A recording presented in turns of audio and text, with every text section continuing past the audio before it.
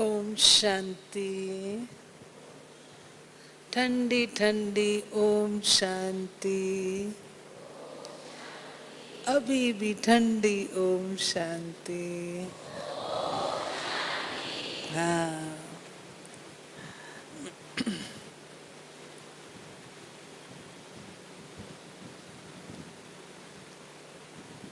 आज का विषय मन पसंदी है या मुसीबत वाला है? हाँ,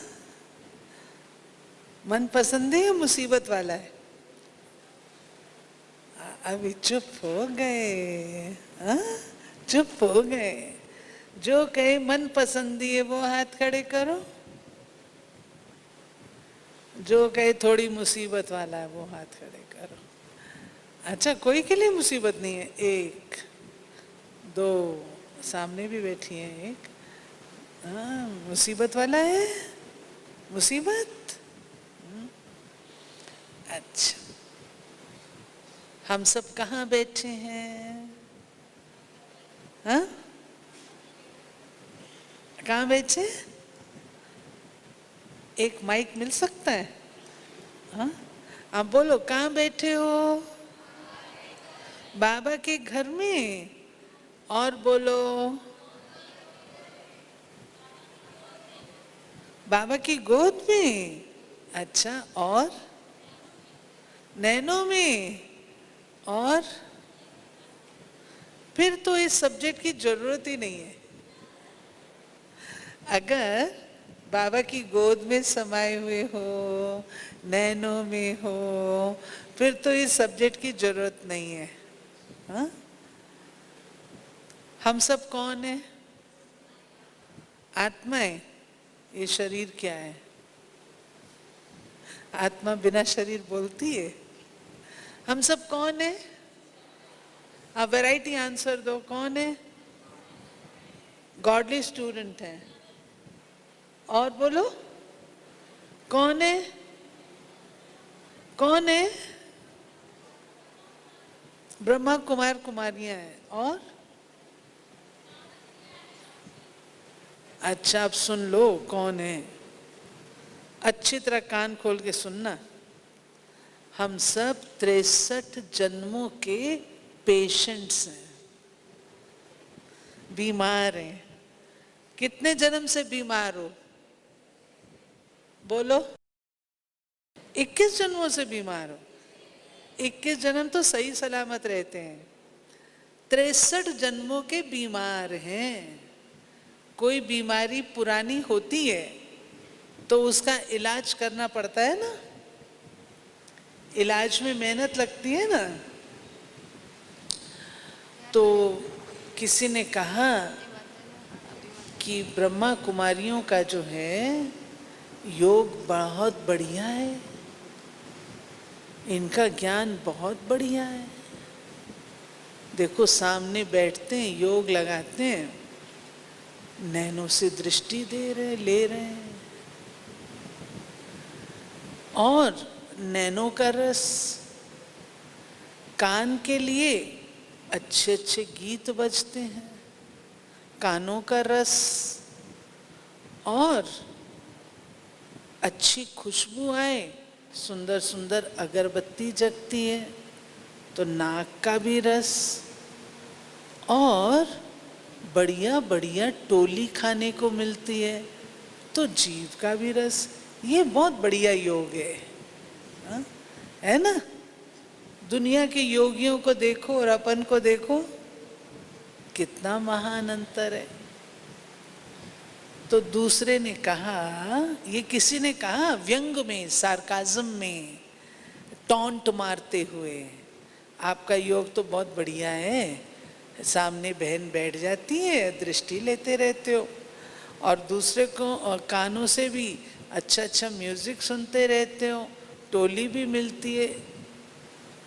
उसने कहा आपको पता है आईसीयू के पेशेंट को, जो बहुत सीरियस पेशेंट होता है, उसको कहाँ रखा जाता है? आईसीयू में। तो हम सब आईसीयू में हैं। आईसीयू समझते हैं ना? Intensive care unit. जहाँ पर जो ज़्यादा कड़क पेशेंट होता है, डिफ़िकल्ट पेशेंट होता है, उसको आईसीयू में डाला जाता है। तो हम सबको आईसीयू में बाबा ने रखा है। एयर कंडीशनड होता है आईसीयू, साफ सुथरा होता है, तब उसका इलाज होता है। कोई आवाज नहीं होता, कुछ नहीं होता, सब सेवा पर हाजिर होते हैं, तब पेशेंट का इलाज होता है। तो हम भी आईसीयू में ही बैठे हैं। आज आईसीयू ही समझ लो, इंटेंसिव केयर यूनिट। क्यों? क्योंकि देखो कन्याएं, बंधन किसी को भी अच्छा नहीं लगता है, और प्रायः 2-3 भ्रांतियां यूथ के दिमाग में है, आजकल के यूथ के दिमाग में। मैं ओपनली बोलूंगी, ख्याल नहीं करना। आपको कोई क्वेश्चन पूछना हो मेरे से पूछना, मैं उसका एक्यूरेट आंसर दूंगी। कुछ लोग तो ये कहते हैं हम पढ़े लिखे हैं, हमारा भी तो दिमाग है, ये दिमाग कोई शेल्फ में रखने के लिए थोड़ी मिला है, इसको यूज करो। अरे बहनें तो बोलती रहती हैं।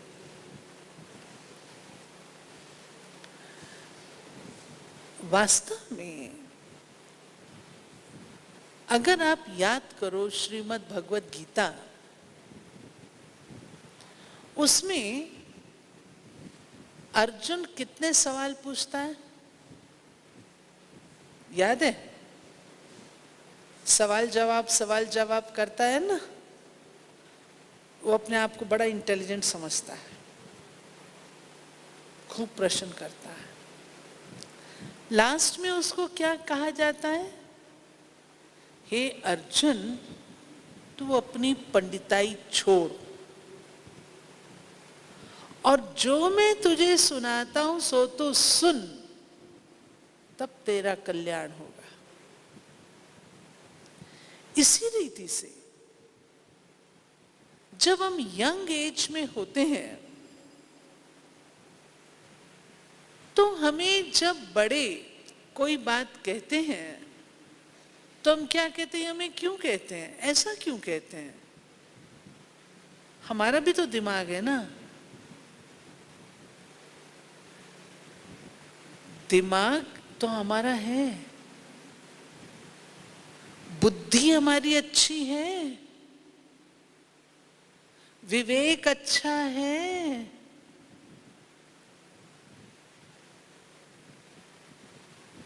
तीन चीज होती हैं।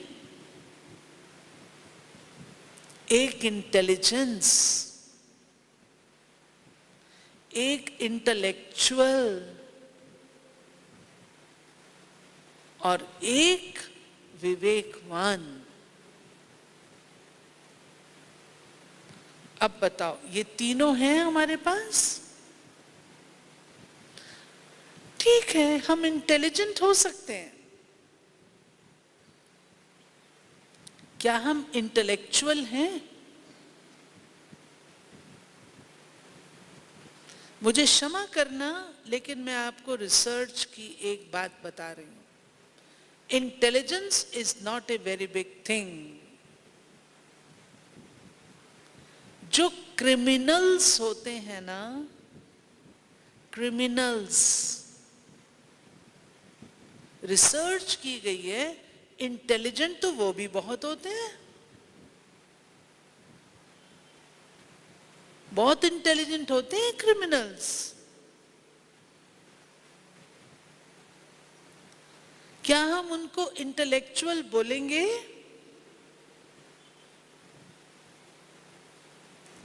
क्या हम उनको विवेकवान बोलेंगे? बोलेंगे? तो बाबा आकर हमें इंटेलिजेंस नहीं देते हैं, याद रखना। बाबा को इंटेलिजेंट व्यक्ति नहीं चाहिए, बाबा को इंटेलेक्चुअल चाहिए और विवेकवान चाहिए। वो कहां से बनेंगे? इंटेलिजेंट लोग तो दुनिया में भरे पड़े हैं, बहुत इंटेलिजेंट लोग हैं,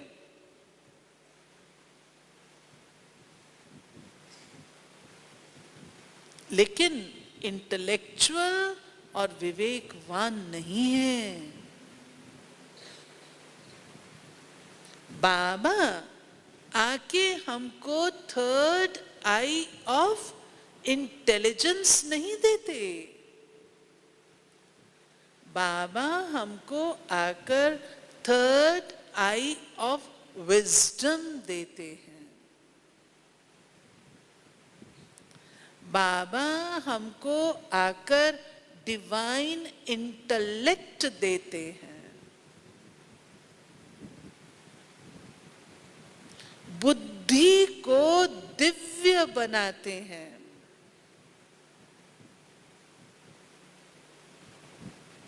माना आप ज्यादा इंटेलिजेंट हो, हम स्वीकार करते हैं, आज की जनरेशन बहुत इंटेलिजेंट है, लेकिन क्या आज की जनरेशन वाइज है? इंटेलेक्चुअल है?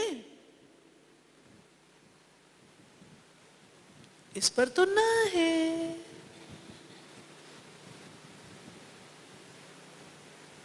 बाबा ने आकर हमको डिवाइन इंटेलेक्ट दी है, समझ दी है। इंटेलिजेंट तो रोबोट भी है।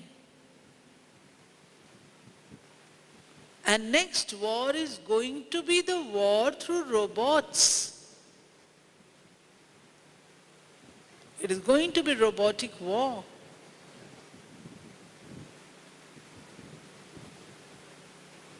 तो समझदारी क्या है?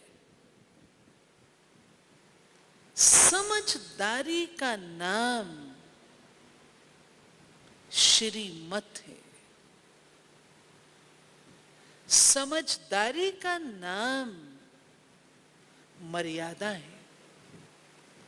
समझदारी का नाम नियम है। कोई भी जीवन, कोई भी लक्ष्य बिना नियम के पाया नहीं जा सकता। आप खेल खेलते हो, क्या आप उसमें नियम नहीं पालन करते हो?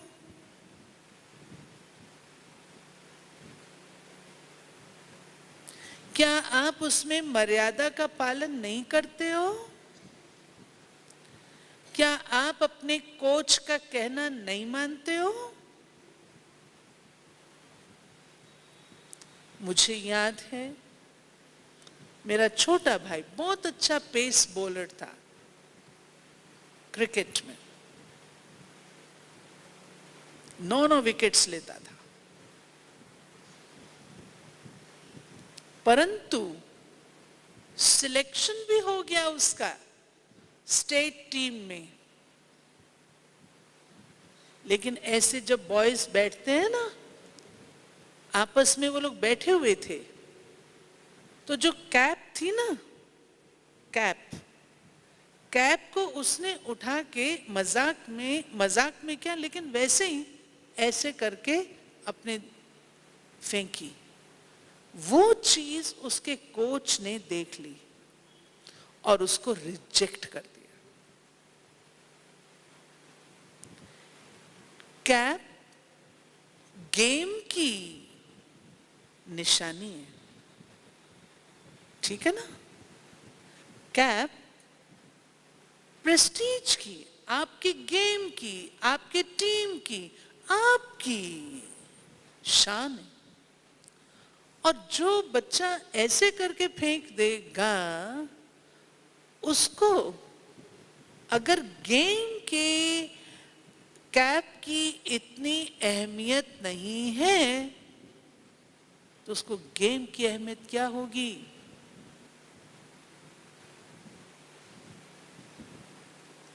श्री संत, आपको पता है ना, चाहे उसने मजाक में किया, चाहे आउट ऑफ फन किया, चाहे कैसा भी किया, लेकिन he broke the rules of the game, नियम को तोड़ दिया, इसलिए उसको कीमत देनी पड़ी। समझ आ रही है ना बात? तो कोई भी चीज होती है, आप दवाई लेते हो, दवाई का असर तब होता है जब आप साथ में परहेज करते हो। अगर आप परहेज नहीं करो, बढ़िया से बढ़िया दवाई ले लो, डॉक्टर क्या कहेगा? ये सब वेस्ट है। इधर से आप वेट रिडक्शन की दवाई लो, उधर से आप समोसे पकौड़े खाओ, खूब अच्छा वेट घटेगा। घटेगा? परहेज की जरूरत है। और याद रहे, जितना ऊंचा लक्ष्य रखते हैं, उसके साथ के जो परहेज होते हैं वो भी उतने ही ऊंचे होते हैं। चॉइस आपकी है, कोई जबरदस्ती नहीं है। आप चाहो ये लाइफ अपनाओ, चाहो न अपनाओ, आप पर कोई जबरदस्ती थोड़ी है। आप अपनी जिंदगी के मालिक स्वयं हैं। You are free. फ्रीडम आपका जन्म सिद्ध अधिकार है।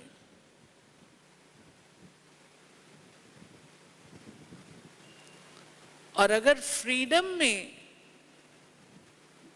मुझे फ्रीडम ऑफ स्पीच कॉन्स्टिट्यूशन से मिली हुई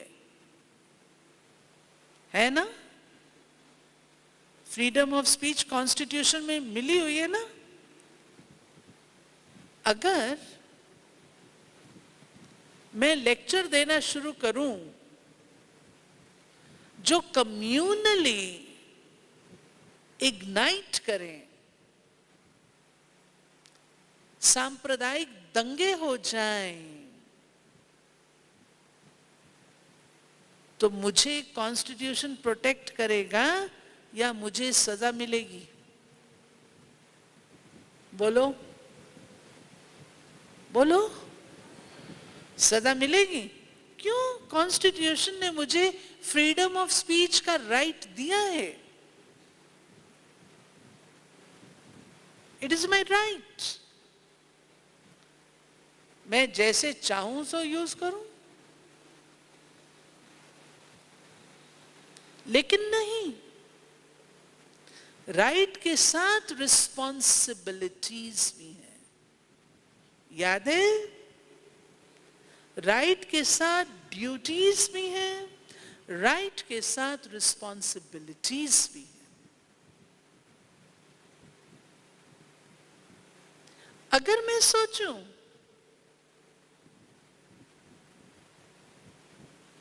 कि मुझे क्यों ऐसा पकड़ के रखते हैं, एक पतंग थी, तो पतंग उड़ती है तो क्या करते हैं? पीछे पकड़ के रखते हैं ना उसको, धागे को। कभी ढील छोड़ते हैं, कभी टाइट करते हैं। तो पतंग बोली, ये जो मेरा वो है ना कंट्रोलर, इसने मेरी चरखी को अपने हाथ में रख रखा है, इसलिए मैं जितना चाहती हूं उड़ नहीं सकती हूं। कंट्रोलर ने ये बात सुन ली। कंट्रोलर ने वो चरखी जो थी ना रख दी धरती पे, उड़ लो। अब क्या हुआ? क्या हुआ? पतंग उड़ेगी? धरती पर आ गई। तो ये लिमिटेड सोच होती है। हमें ऐसा क्यों कहा जाता है? हमें क्यों मना किया जाता है? नहीं, कोई मना नहीं है, आपको समझ दी जाती है।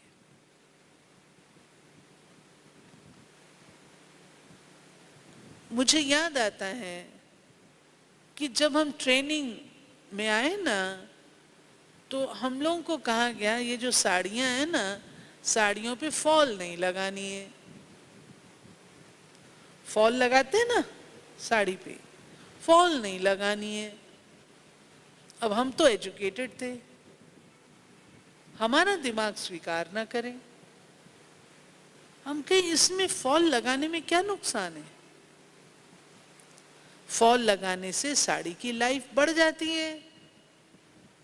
हमने आर्ग्यू किया, दादी इससे तो साड़ी की लाइफ बढ़ जाती है। दादी ने कहा बस नहीं, मम्मा नहीं लगाती थी ना, दादियां नहीं लगाती हैं ना, तो आपको भी नहीं लगानी है।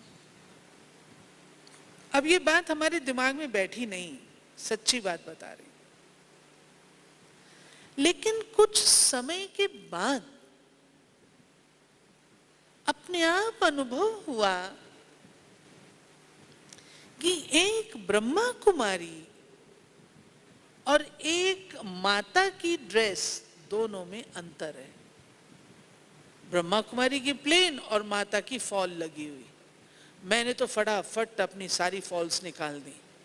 माताएं फॉल लगाती हैं, मैंने नहीं लगानी। जबकि मैं ही आर्ग्यू कर रही थी कि साड़ी को हम दो साइड से पहन सकते हैं, साड़ी की लाइफ अधिक हो सकती है। मैं ही आर्ग्यू कर रही थी, लेकिन मैंने फटाफट निकाली। और भी सुनाती हूँ। हम लोगों को कहा जाता था कि साड़ी का पल्लू ऐसे रखना है। अब ये भी हमको तो अच्छा नहीं लगता था। ये क्या बात हुई? ऐसे लगता है दादी जैसे पर्दे लटक रहे हैं, कर्टन्स होते हैं ना, ये पर्दे लटक रहे हैं। लेकिन सब करते थे तो संगठन में तो करना पड़ता है ना, दिमाग को सूट करना चाहिए ना, बुद्धि एक्सेप्ट करे ना। तो अपने आप मैंने देखा बहनों को, जो बहनें अपनी अच्छी उससे चलती हैं ऐसे साड़ी करके, और जो बहनें ऐसे ही चलती हैं, तो दोनों में कितना अंतर है। वो बहन जो साड़ी का पल्लू ऐसे करके चलती, कितनी एलिगेंट नजर आती है, और वो बहन फैशनेबल नजर आती है। बस बुद्धि में बैठ गया। फर्क है ना। दादी की ड्रेस देखो कि बड़ी दादी की, दादी कुमार का, कि कितना अच्छा लगता है, और कोई एक साधारण महिला को देख लो जरा, साड़ी का पल्लू ऐसे डाल के चलते हुए, फर्क नहीं है? महान अंतर है। बस एक्सेप्ट कर ले। घड़ी नहीं लगानी, आजकल तो हम लोग नहीं कहते क्योंकि घड़ी के अनेक साधन बन गए हैं। हमें कहा गया घड़ी नहीं पहननी। अब हमारी सारी जिंदगी घड़ी के आधार से ही चलती है। मैं तो बाथरूम में भी घड़ी रखती हूँ, किचन में भी घड़ी रखती हूँ, ऑफिस में भी रखती हूँ, कमरे में भी रखती हूँ। अब दादियों ने कहा ये घड़ी नहीं लगानी। भाई क्यों नहीं लगानी? ये फैशन है। हमने कहा इसमें क्या फैशन है? घड़ी में क्या फैशन है? तो काम की चीज है ना। मम्मा नहीं पहनती थी, दादी नहीं पहनती हैं, अब ये तो अपने को सूट नहीं करता। मैंने कहा दादी मुझे तो वीआईपीज़ को फोन करने होते हैं, ठीक वक्त पर फोन करने होते हैं। तो दादी ने कहा भले ना, तुमको थोड़ी कहा जाता है तुम घड़ी उतारो। नहीं नहीं, तुम जरूर पहनो, भले पहनो। बाकी जो सब बहनें थी ना, मैंने तो घड़ी नहीं उतारी।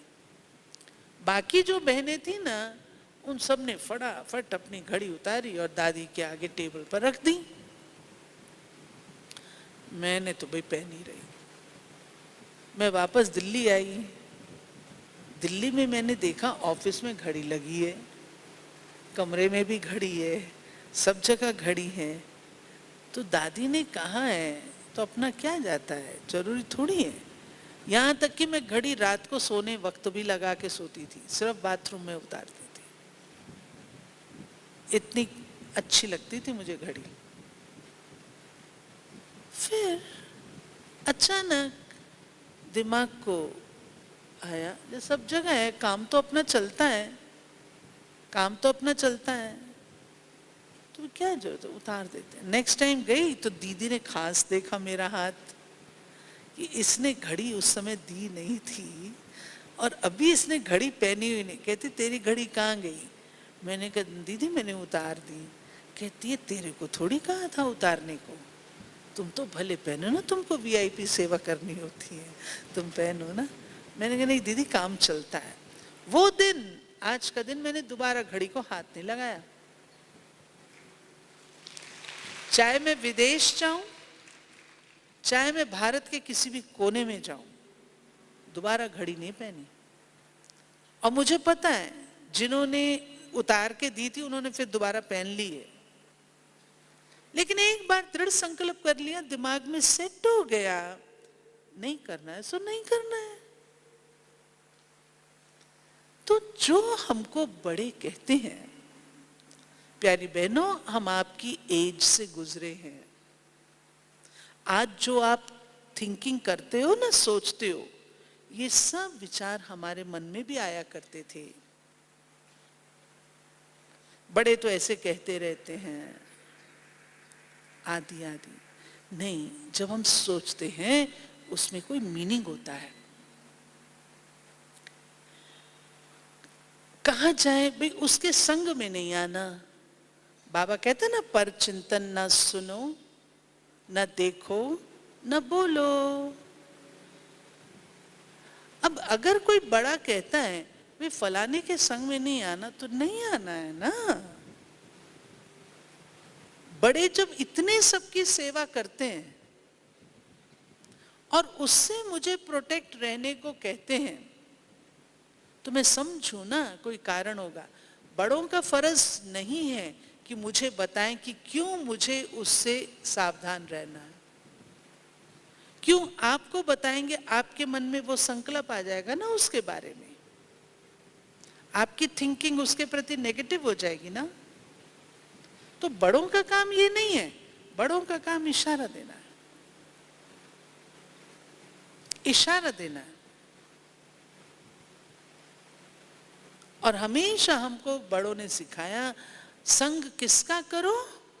जो आपसे होशियार है। स्कूल में भी टीचर यही कहता है ना, माता पिता क्या कहते हैं, किसका संग करो? जो आपसे होशियार है, उसका संग नहीं करो। जो आपसे ढीले हैं, वो खुद तो करते नहीं और आपको भी खींच लेंगे। हम तो डूबेंगे सनम, तुम्हें भी ले डूबेंगे। नहीं, हमेशा संग के ऊपर अटेंशन रखो। थोड़ा सा समय है, मैं दिल्ली पांडव भवन में मैंने शुरुआत की अपनी इस ईश्वरीय सेवा के जीवन की। तो दिल्ली पांडव भवन वो जगह है जो पहला मकान है जो यज्ञ ने खरीदा था, और इतना बड़ा हमको लगता था। मुझे फख्र है कि मैं पहले दिन से, जबकि उसका उद्घाटन भी नहीं हुआ था, तब से मैं वहां पर। तो पांडव भवन में बड़े बड़े प्रोग्राम होते थे, सब यज्ञ के बड़े बड़े आते थे। तो हम लोग अपनी चारपाई, अपनी अलमारी भी छोड़ देते थे, बड़ों को पहले जगह मिले, हम तो कहीं भी सो जाएंगे। मेरे पाँव में मोच आ गई, वीआईपी प्रोग्राम चल रहा था तालकटोरा स्टेडियम में, मेरे पाँव में मोच आ गई। मोच आ गई तो ऑलराउंडर दादी ने मेरे को वहाँ सुला दिया जहाँ पर की माताएं रोटी पकाती हैं ना, जो किचन का काम करती हैं, उनके साथ मेरे को सुला दिया। बड़े दीदी राउंड पे निकले और बड़े दीदी ने देखा मैं कहाँ सो रही हूँ। दीदी ने ऑलराउंडर दादी को बोला, ये तुमने इसको कहाँ सुलाया? और मेरे को बोला, तुमको यहां नहीं सोना है, तुमको चंद्रमणि दादी के साथ सोना है। ऊपर दादी सोती थी, चंद्रमणि दादी, उनके साथ की खटिया पे सोना है। ये बात मुझे भूलती नहीं। दीदी ने वो बीज डाल दिया कि तुम्हें सदा अपनी कंपनी, संग अच्छे महारथियों का करना है, प्यादों का नहीं करना। अगर आगे बढ़ना है तो जो बाबा के बताए हुए नियम हैं उनका पालन करना होगा ना। अगर आप उनका पालन नहीं करेंगे, आप अपने लक्ष्य को कैसे प्राप्त करेंगे? आपको यूनिवर्सिटी डिग्री मिलती है जब आपकी 80% अटेंडेंस है, ये नियम है। अगर आपका 80% अटेंडेंस नहीं है, आपको डिग्री क्यों देगा? इसी रीत से मैं चाहती हूं, कौन सी ब्रह्मा कुमारी बनना? बताओ मेरे को, सब कन्याएं बताओ। A1 ब्रह्मा कुमारी बनोगे या B क्लास बनोगे या 3rd ग्रेड वाली बनोगे? हाथ तो हिला के बताओ, कौन सी बनोगे? A1। याद रखना, A1 बनना है तो A1 ही सारे काम करने हैं। मुझे दादी के शब्द याद आते हैं, मैं उनको समा के रखती हूँ, लेकिन आप लोगों के आगे बोल देती हूँ। दादी कहा करते थे, आशा पर तो हमको नाज है। नाज समझते? आई एम प्राउड ऑफ आशा। कितना अच्छा सर्टिफिकेट बड़ों ने दे दिया।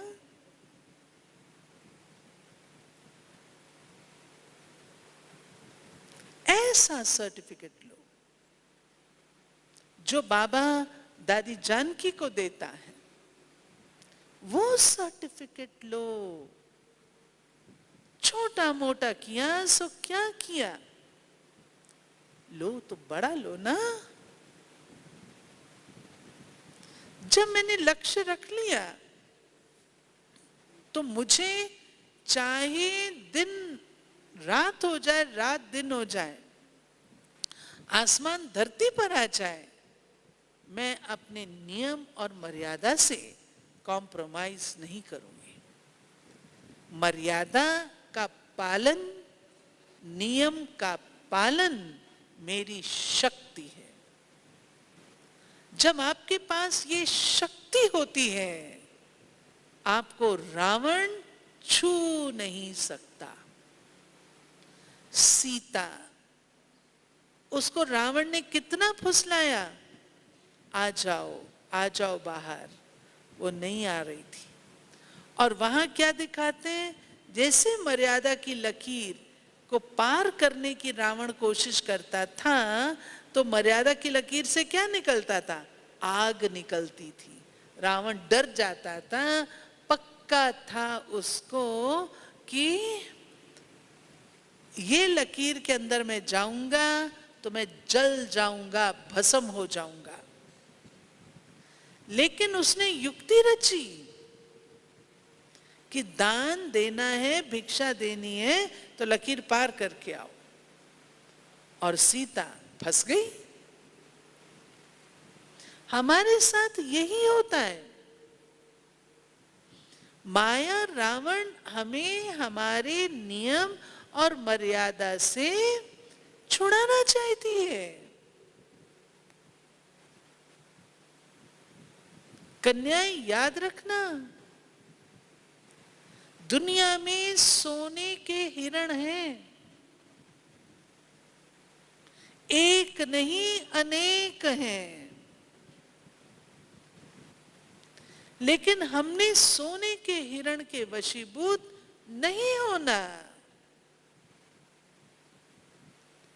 अगर मर्यादा पक्की है, नियम पक्के हैं, श्रीमत का पालन है, हमारा बाल भी बांका नहीं हो सकता।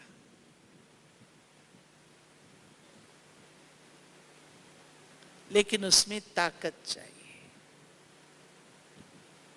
और ये मैं बता देती हूं, आपको लालच आएगा, अगर मैं इतना कर लूंगी तो क्या हो जाएगा, ऐसा कर लूंगी तो क्या हो जाएगा। कुछ नहीं होगा, सिर्फ मर्यादा का उल्लंघन हो जाएगा। हम क्या बन रहे हैं? मर्यादा। हमारी डिग्री में एक डिग्री आती है मर्यादा, बोलो, मर्यादा पुरुषोत्तम। मर्यादा पुरुष नहीं कहा गया, मर्यादा पुरुष नहीं कहा गया, मर्यादा पुरुषोत्तम।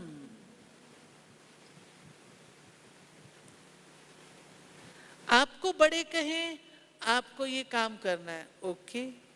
आपको बड़े कहें नहीं नहीं आपको नहीं करना है, बिल्कुल नहीं करना है, ठीक है दीदी, जैसे आपको। और जो बहनें, जो कन्याएं आज्ञाकारी होती हैं, बढ़ जाती हैं। आप देख लो, जो भी आगे बढ़े हैं, प्रमाण चाहिए ना, यूथ को प्रमाण चाहिए होता है, प्रूफ चाहिए होता है। तो आपके सामने मैं प्रूफ रख रही हूं। जो भी अपने ईश्वरीय विश्वविद्यालय के लोग आगे बढ़े हैं, जिनको बाबा प्यार करता है, किस आधार से बढ़े हैं देख लो। पढ़ाई अच्छी पढ़ते हैं, योग लगाते हैं, डिसिप्लिन फॉलो करते हैं, आज्ञा पालन करते हैं, सेवा करते हैं, अकेले में मस्त रहते हैं। आप देख लो उनके गुण। ऐसा कोई है जो परचिंतन करता है, धोखाधड़ी करता है, वो आगे बढ़ गया हो? है कोई? कोई एक मिसाल बता दो। ये नियम है, नियम है। कभी कभी यंग बच्चे कहते हैं आप जैसे, दीदी वो तो आपका जमाना था ना, ये हमारा जमाना है। किस बात में जमाना है? मैं तो पूछती हूँ, मेरे पास ओआरसी में सारे यूथ ही यूथ हैं। मैं पूछती हूँ कौन सा जमाना है भाई? आपका जमाना, हमारा जमाना तो आज से बहुत बढ़िया था। उससे पहले और बढ़िया था, उससे पहले और बढ़िया था, उससे पहले और बढ़िया था, सतयुग था। आपका जमाना क्या है? देख लो, आपका जमाना क्या चल रहा है, देख लो। क्या उस जमाने से उन्नति हो रही है? तो जो बेसिक बातें मूल्यों की हैं, वैल्यूज की हैं, वे अविनाशी होती है। ट्रूथ, सत्य।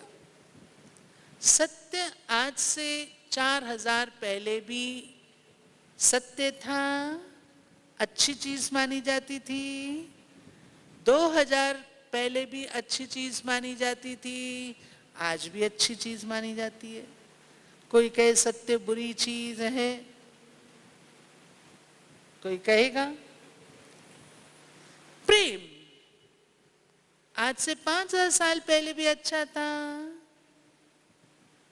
फिर भी अच्छा था, आज भी अच्छा है, आज भी अच्छा है।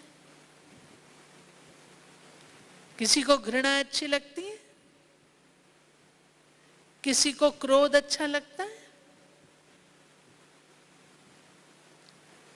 तो किस बात में आपका जमाना है वो मुझे समझ नहीं आता।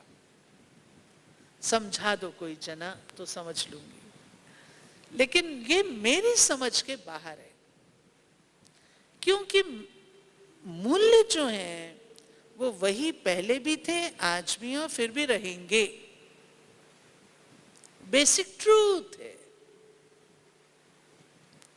आपके जमाने में क्या करते हैं देख लो हालत अपने जमाने की। भाई बहनों को आपस में फ्रीडम दे दो मिलने जुलने की, बातचीत करने की। नतीजा क्या हो रहा है? नतीजा क्या हो रहा है? एक एक व्यक्ति 2-2 फ्रेंड्स बना के घूम रहा है, और जब वो देखते हैं तो परेशान होते हैं, फिर सुइसाइड करते हैं। क्या फायदा? ये जमाना है क्या? किस बात में आपका जमाना है ये मैं पूछती हूँ यूथ से। अभी तक मुझे यूथ ने आंसर नहीं दिया जो मेरे दिमाग को फिट हो जाए। अभी तक आंसर नहीं दिया।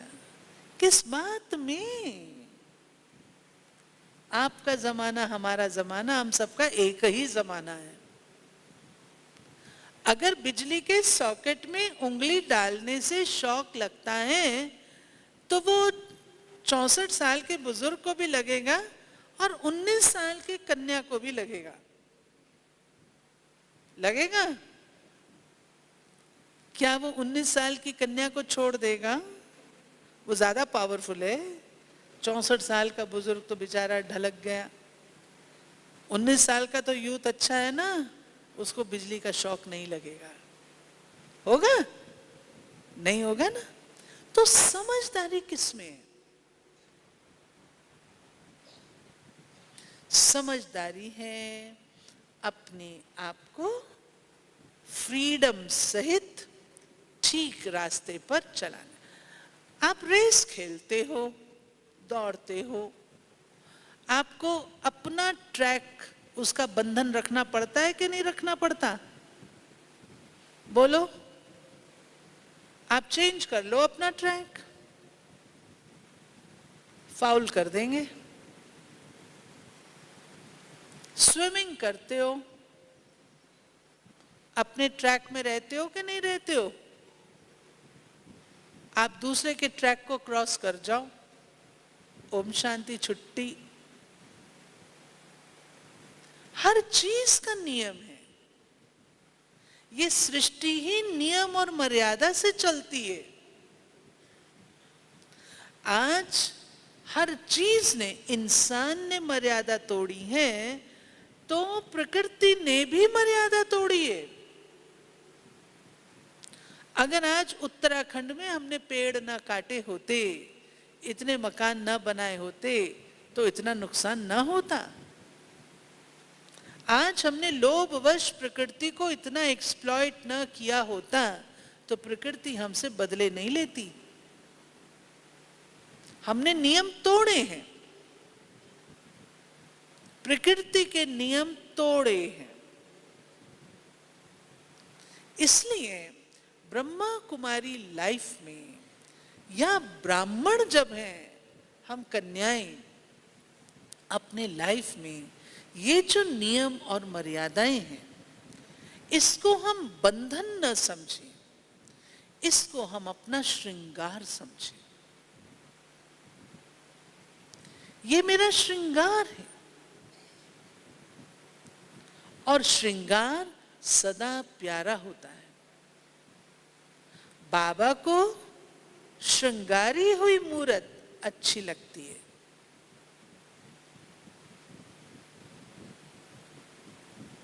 बाबा को ऐसी वैसी मूर्त पसंद नहीं। हमारी सोचने की भी मर्यादा है, हमारे बोलने की भी मर्यादा है, हमारे चलने की भी मर्यादा है, हमारे जीवन की भी मर्यादा है। आज मेरा विषय मर्यादाएं बताना नहीं है, लेकिन केवल इसका महत्व, श्रीमत का महत्व मैं एक कहानी के थ्रू बताऊंगी।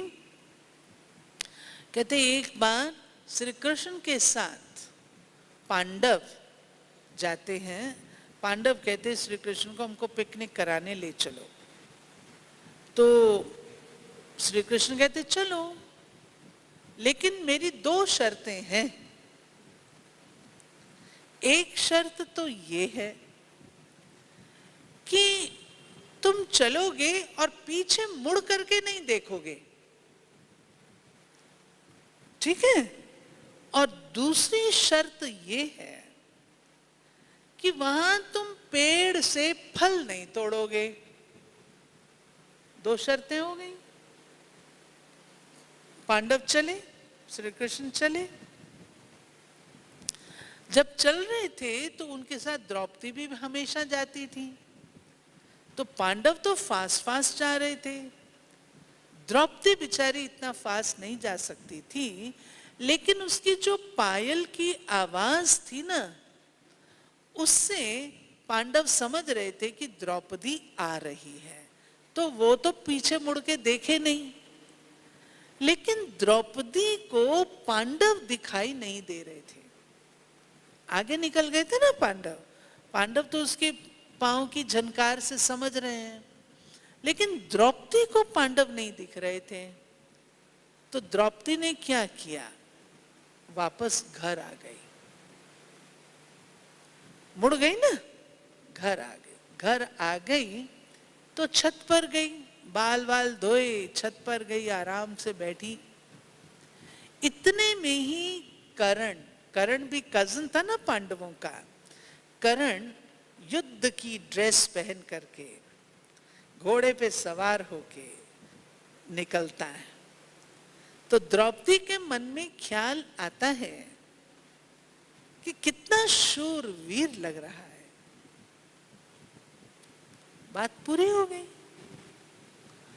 अब उधर पांडव पहुंचे बगीचे में, वहां पेड़ों पे फल लगे हुए थे।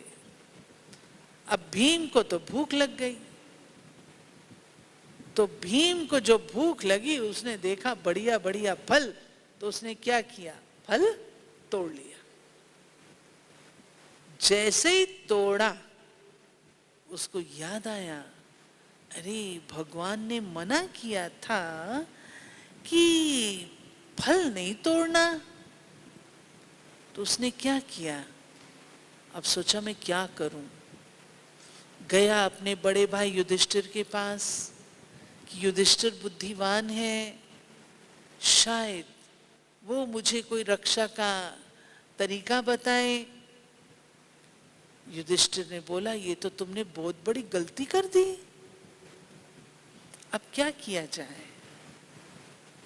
युधिष्ठिर ने बहुत बुद्धि लगाई, जैसे कभी कभी हम लोग लगाते हैं।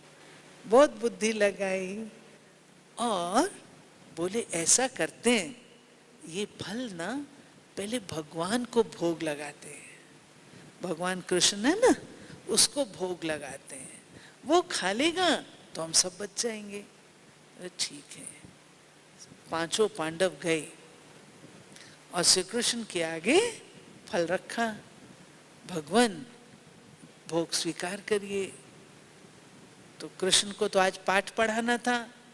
कृष्ण बहुत सीरियस हो गया, बोला ये आज्ञा क्या थी? आज्ञा थी फल तोड़ना नहीं है, लेकिन भगवान ये तो भोग के लिए, आपके लिए लेके आए। आज्ञा क्या थी?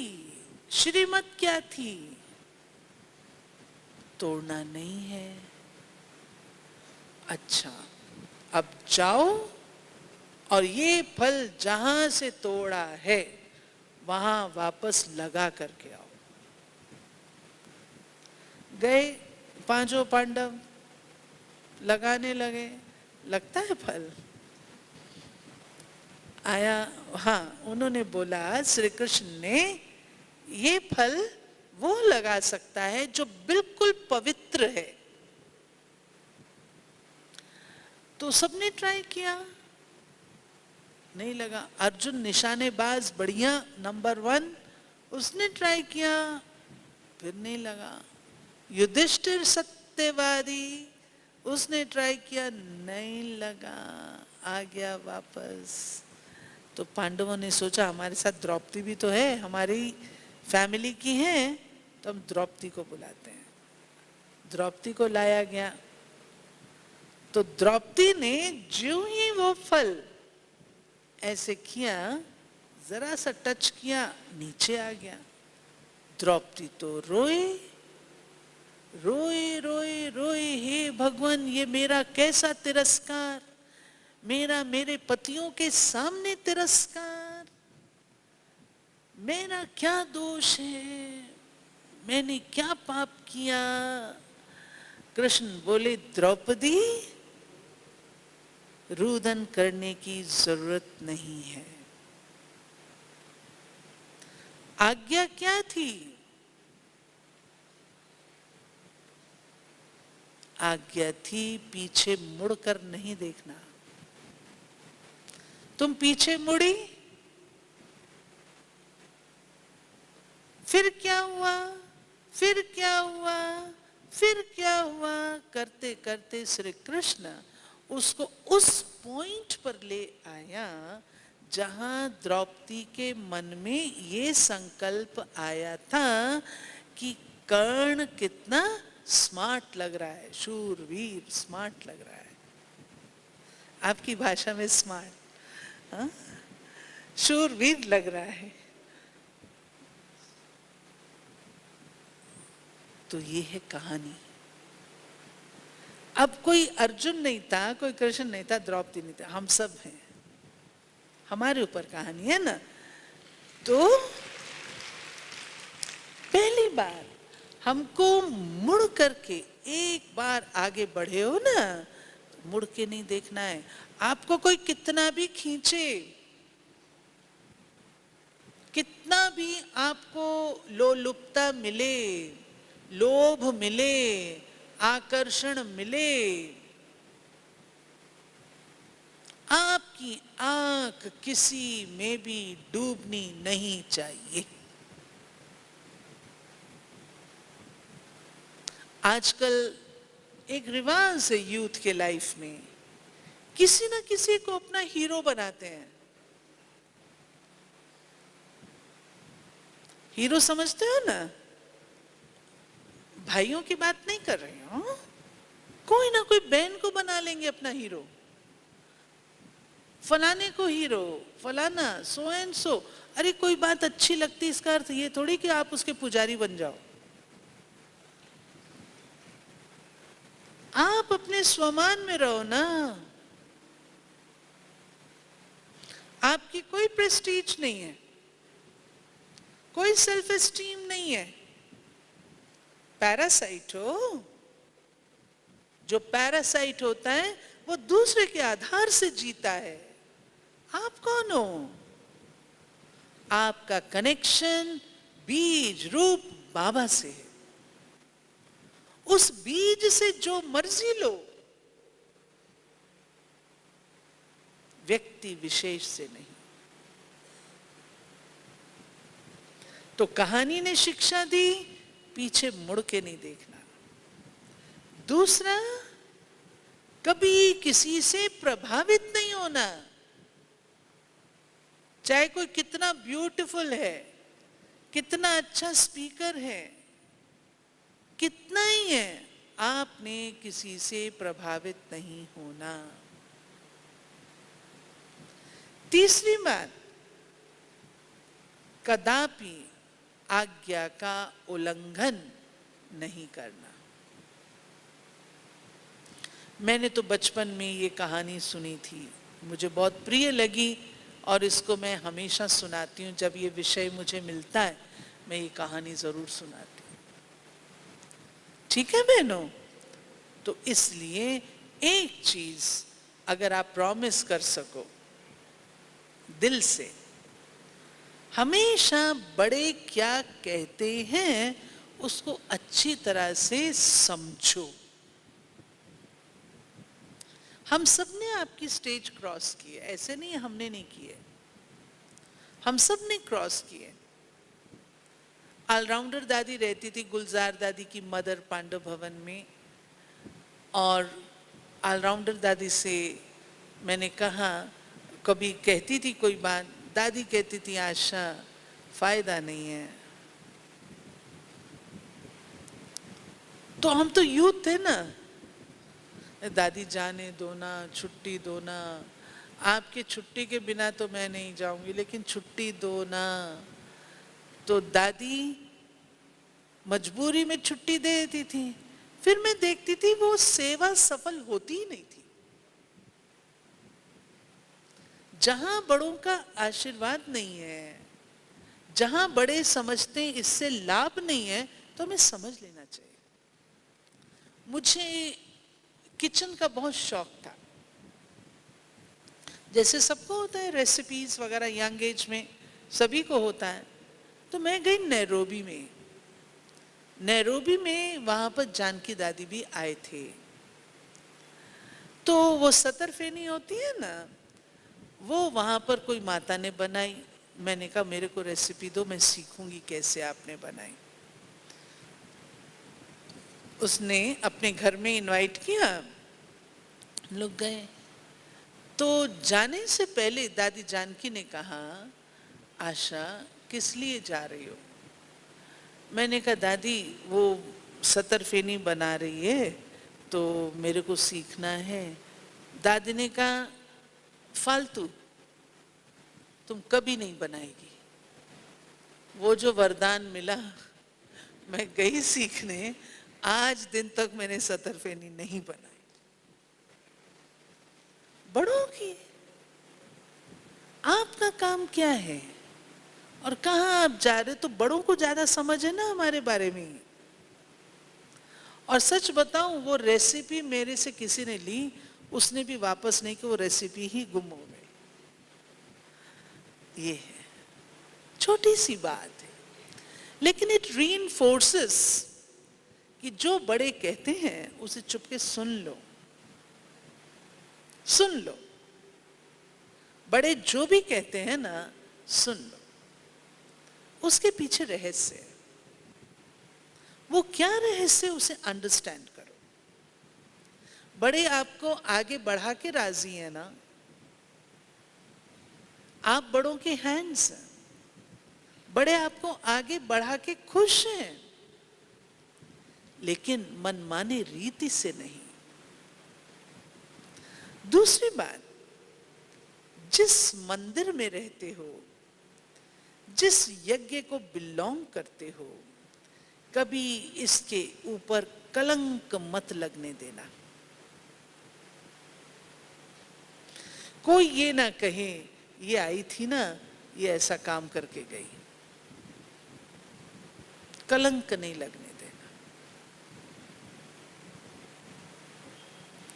तीसरी बात, जिस यज्ञ में रहते हो, जिस यज्ञ से पालना लेते हो, जिस भी सेंटर पर जाते हो, कभी उसकी बदनामी नहीं करना। हमारा सेंटर तो ऐसा, हमारी दीदी तो ऐसी है, नहीं, नेवर, नेवर। आपकी दीदी सबसे अच्छी दीदी है, जो आपको जानती और समझती है। अगर कोई प्रॉब्लम है, बड़ों को बताओ, लेकिन ग्लानि मत करो। एक बार आप अपनी टीचर की ग्लानि करोगे ना, आपके मन से वो रिस्पेक्ट खत्म हो जाएगी। और जहां रिस्पेक्ट नहीं है ना, वहां पर आप उस टीचर से कुछ भी सीख नहीं सकते। बहुत भारी नुकसान हो जाएगा। छोटी छोटी बातें, इन पर ध्यान। जो हमारी दिनचर्या बाबा ने बना के दी है, वो शायद आप पालन कर सके या नहीं, लेकिन अपने खान पान की शुद्धि है, संग का रंग है, नॉवेल पढ़ना, इंटरनेट देखना, ये सब नुकसानकारक है, वो अपना संग नहीं है। ठीक है, ओके। तो आज 2 प्रॉमिस चलेगा, 2 प्रॉमिस, हाँ करेंगे। एक, बड़ों के आज्ञाकारी। ये डिफिकल्ट है, इजी है? हाँ इजी, बड़ों के आज्ञाकारी। और दूसरा, पर चिंतन मत करना। पर चिंतन पतन की जड़ है। पर चिंतन ना सुनना है ना करना है। दोनों प्रॉमिस जो बहनें देती हैं, वो हाथ खड़े करो तो खींचो भाई, इनका फोटो खींचो। पक्का पक्का। पर चिंतन पतन की जड़ है और सदा बड़ों की छत्र छाया में रहना है और पलना है। ओके, शाबाश, आप सब बहुत शुद्ध पवित्र पौधे हो और माया रूपी चिड़िया आपके नजदीक ना आने पाए। बाबा ने आपको अपने गोद में छिपा के रखा है। बाबा की गोद में बस समाये रहना। बाहर आंख खोली तो माया मासी आ जाएगी। हाँ? तो माया को तो नहीं लाने देना है ना, माया को पता ही ना लगे। हम लोग वो गेम खेलते थे ना, कौन सा, आई स्पाइस। आप लोग खेलते हो आई स्पाइस? आई स्पाइस खेलते थे ना, ऐसे आई स्पाइस में हम कहाँ चले जाएं? बाबा की गोद में। वहां माया हमको ढूंढ ही नहीं सकेगी। ठीक है, ओम शांति।